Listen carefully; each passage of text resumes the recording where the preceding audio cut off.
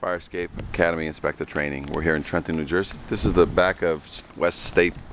We got some fire escapes here.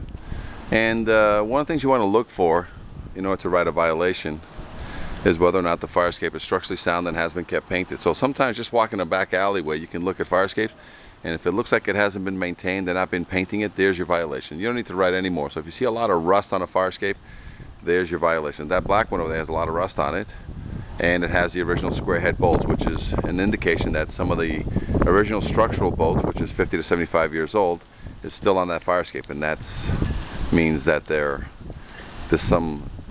questionable. The fire escape right here, it's got no paint on it, so that means all the structural on that fire escape is questionable. Now you got this fire escape over here that has a weight box, so let's walk over here and take a look at this one, and we'll talk about some of the things. So must be structurally sound, must be kept painted. So let's take a look at this one.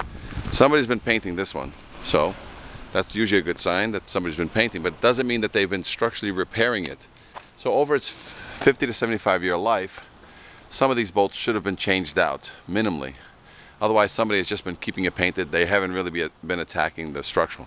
You can see all the original square head bolts, not only on the treads but on the superstructure. So if an engineer is looking at this, he's minimally going to request that all the treads be flipped out to hex head bolts, all the superstructure get flipped out to square heads, to hex heads, and then anything else that could be dangerous is going to be identified by the engineer. But as you can see on some of this, if you were looking at this, all the nuts have been eaten out on some of this. There's a rail off to the side here that somebody put on as a temporary rail, which is not the code, made out of wood. It's not sitting properly on the ground. There's a bend up there on the steel. The cabling and the ladder needs to drop, and it looks like the ladder is not dropping because it's on a hook of some kind right there, which I don't understand how that drops.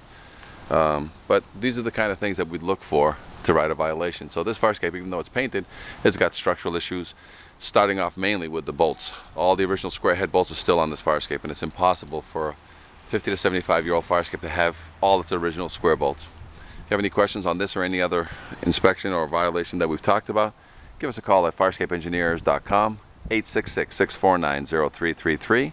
As always, you can visit our website for additional fire escapes to look at from all over the country on typical supports, cantilevers, ladders, whatever it may be. And that's Fire Escape Academy Inspector Training on YouTube channel. If you're looking to implement a program in your city, Fire Escape Awareness, we offer free implementation and free consultation. And we'll give you industry standard tags, confidence tests, as well as repair procedures and load test criteria. Give us a call.